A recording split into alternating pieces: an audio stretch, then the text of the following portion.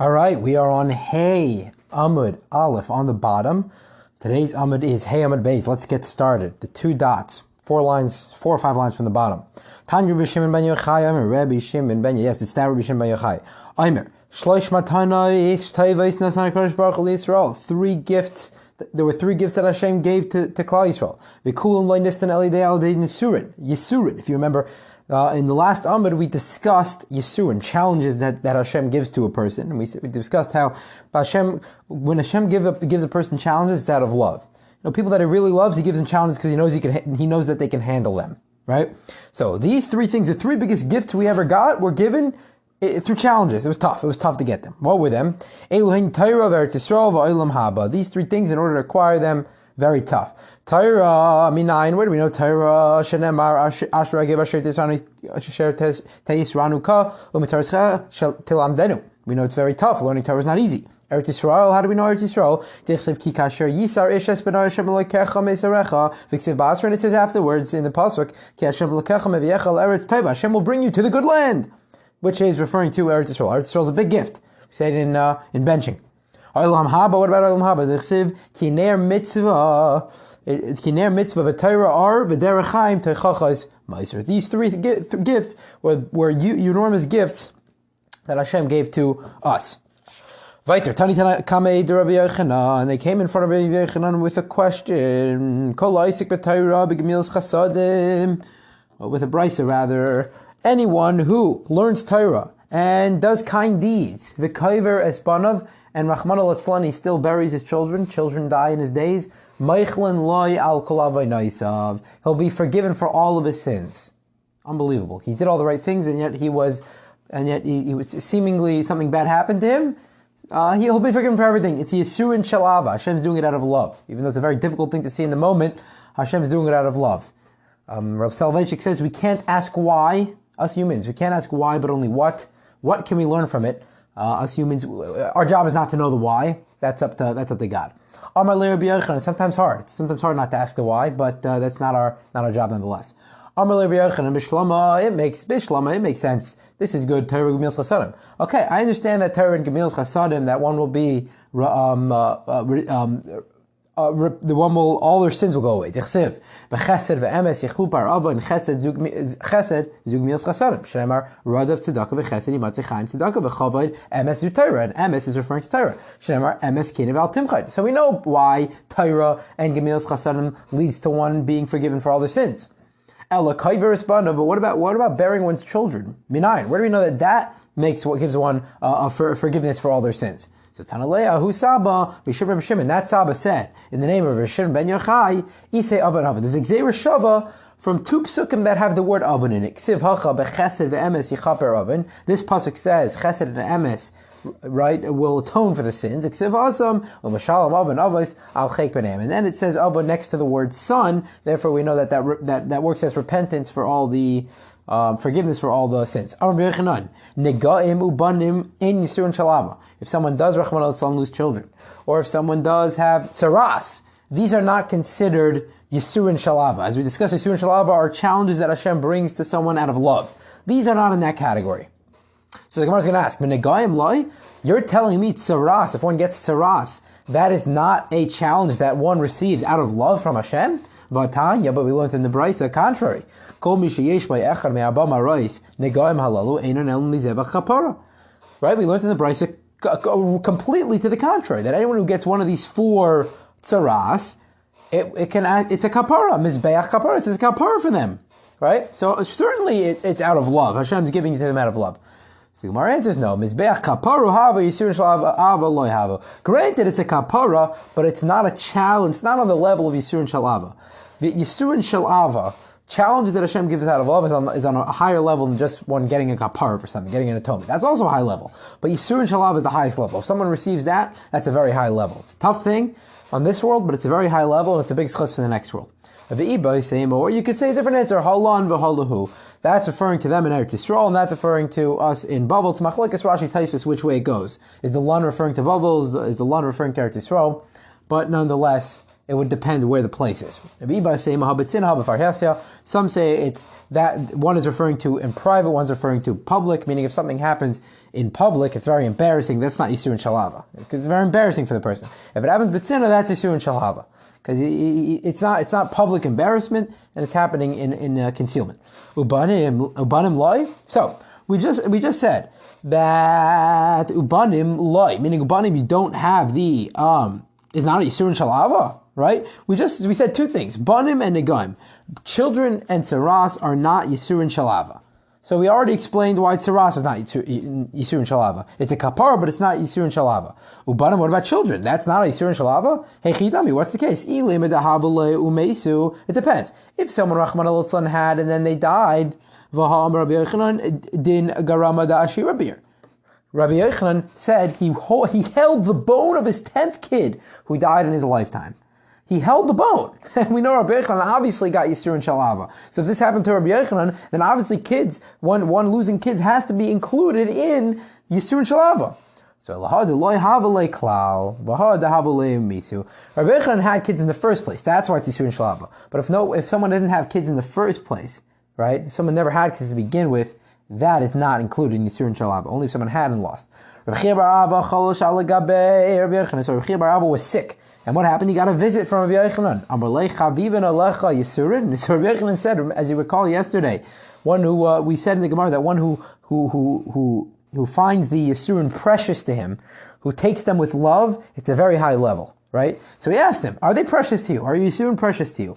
Amalei, so the sick Rabbi Chia bar Abba said back to him, I can do without it. I can do without it. It's not so precious. Amarle havli yadi. He said to him, "Give me yadcha, give me your hand." Yahavle yadi ve'ukmi. He gave him his hand, and he was healed. He felt better. Okay, same episode. Switch the people. Rabbi Yochanan cholish al gabei. Rabbi Yochanan, well, actually not switch the people, but Rabbi Yochanan was the one sick before. He was the one that cured him. Here's the one sick. Rabbi Yochanan cholish al gabei Rabbi Chanina. So Rabbi Yochanan was sick, and he got a visit from Chanina. Amalei chavim and alach yisurin. Same thing. He said to him, "Are you soon precious to you now that you're sick?" So I can do without it. So Amarle havli yadcha, give me your hand. Yehelei yadei ve'ukme. He gave him his hand, and he was healed. The question is that the Gemara says, "Amai lukim Rabbi Yochanan l'navshei." Why didn't Rabbi Yochanan just do this himself? Right? Why didn't Rabbi Yochanan just do this himself? He healed another person. Why couldn't he just heal? He healed another person in the previous story that we mentioned. Why couldn't he just heal himself in this story? Our answer is Amri ein chav shmeisir atzma b'beis asum. A prisoner cannot remove himself from the jail. I mean, he can only do it on other people. It's an incredible lesson we learn from here, by the way. He asks them, "Are your Yisurim precious to you?" 2 times this happened. And one of these Amaram are on such a high level. What do they answer? I can do without it. The Amaram are people too. They're human too. You know what I'm saying? They're obviously on a very high level, but they are human too. And it's an incredible lesson about shas. Shas is not just a halacha book. There's a lot of halachas in it, a lot of halachas in it, but it's also a book of life. You can be human. There's nothing wrong with it. Even the Amoraim, who are on an incredibly high level, were human as well. Weiter. Rabbi Yochanan chaza havi kagani bebeis afel. Rabbi Yochanan saw that I skipped. No, I did not. Rabbi Yochanan chaza. He saw that they were in a kagani bebeis afel. Oh, I'm sorry, I did skip. I knew it. Rabbi Eliezer cholish. Rabbi Eliezer was sick. Al gaber Rabbi Yochanan. Rabbi Yochanan came to visit him. Chaza hava kagani bebeis afel, and he saw that the room is dark. So Gal Ledaya, he rolled up his sleeve. V'nafal nehura chazye. And what happened? There was light. It became light in the room. So Zahava Kabachi, Rabbi Eliezer started crying. Amalei, my Kabachis. He said to him, "Why are you crying? If you're crying because you don't think you learned enough Torah, don't worry, because we learned whether one learned a lot of Torah or whether one didn't learn as much Torah. As long as he had his kavanah for Hashem, l'shem shamayim, that's good enough. So don't worry about if it wasn't enough per se. It's about the quality over the quantity. Quantity is important too, but quality is more. If it's because maybe you don't have enough parnasa, not every person is zaych in their life to have both the ruchnius and the gashmius. So he didn't have enough money. Not every person is zaych to have that. And if it's because children didn't garmadasi beer, because of that bone we mentioned, right? He held that bone of his 10th son. So Hamarlei Lahai shufra deboli ba'afra. This arm that you just revealed and it became light, it's going to become dust, right? Because all human flesh eventually goes back to offer, dust. Ka b'china, that's what he's crying over. This powerful arm, it's going to go to dust. So Amalei alda vadai kabachas. That's something worthy of crying on, he says. That's something worthy, taka. Ubachu travay, and they both started crying. In the meantime, Amalei chaviv and alecha, same episode as we had previously. Are your Yisurin precious to you? Amalei loy hand l'schon, I can go without it. Amalei havli yadcha, give me your hand. Hev le'yadev, and he healed him again with the same potion, we can call it, right? He couldn't just say abracadabra. He had to, take his hand. That's an interesting point. Why it was specifically with the hand. Rav Huna takifule arba meis dani dechamra. So Rav Huna had 400 barrels of wine. And they turned to vinegar, right? So they got spoiled and turned to vinegar. That's what happens to wine. Similarly, the Rabbi Yehuda, the brother of Rav, came to him to visit him. What do they say to him? So let master look into his actions. Meaning, why did he deserve this punishment of the wine turning into vinegar? Look, as we mentioned in the last Amud, one has to, if something happens to him, he has to assess his actions, make sure he's doing the right thing. So he said back to them, am I suspected in your eyes? Do you guys suspect me of doing something bad that you're asking me this? So Amalei said back to him, no, I said nothing to do with that. When Hashem does something, it's just. It has nothing to do with us suspecting you, but the fact that something happened to you means that you have to look into your actions, so you should look. So Amalei, he said back to them, milsa lema. If anyone knows of something that I didn't do properly, come forward. So Amalei said to him, I've heard this, that master did not pay his workers, his croppers, his farmers. So meaning,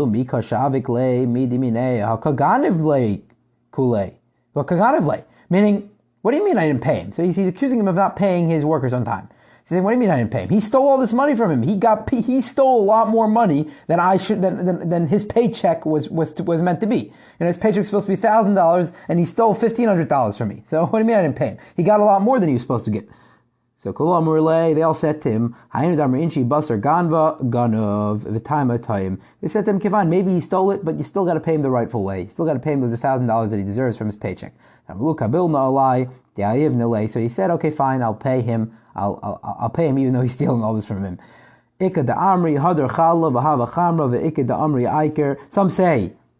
Somebody said, I jumped the gun. Some say it went back to wine, from vinegar to wine. And some say, some say that the value of vinegar went up and he was able to sell it for the same value of wine. It's interesting, he really had a good taina, right? The guy stole all the money from him. I mean, the worker did end up making not only the amount of money he deserved, but more than the amount of money he deserved. But nonetheless, we see that, he didn't really pay him in the rightful way, apparently. Interesting. Okay, Tanya, just a little more. A few more lines. Tanya Ab ben Yamin Amar, Al Shnei Dvarim Hayisi Mitztaer Kol Yamai. On two things I've been pained over all the days of my life. Al Tfilasi Sheiluf Mitasi. So one of the things are, on the tefillah that I did in front of my bed, we'll discuss what that means. And on my bed that was facing north to south. Okay, so let's explain those.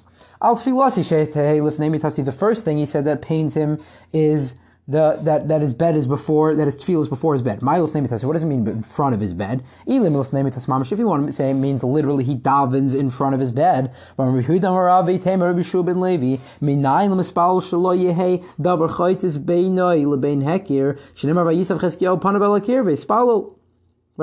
So we know that a person's not supposed to daven in front of their bed. Why? Because they're supposed to daven beinoi lebein hakir. They're supposed to daven in front of a wall, right? If one davens in front of their bed, they don't have a wall in front of them. We see from Chizkiah that he davened in front of a wall. So it obviously can't be that it means literally in front of his bed, because one needs a wall to daven in front of.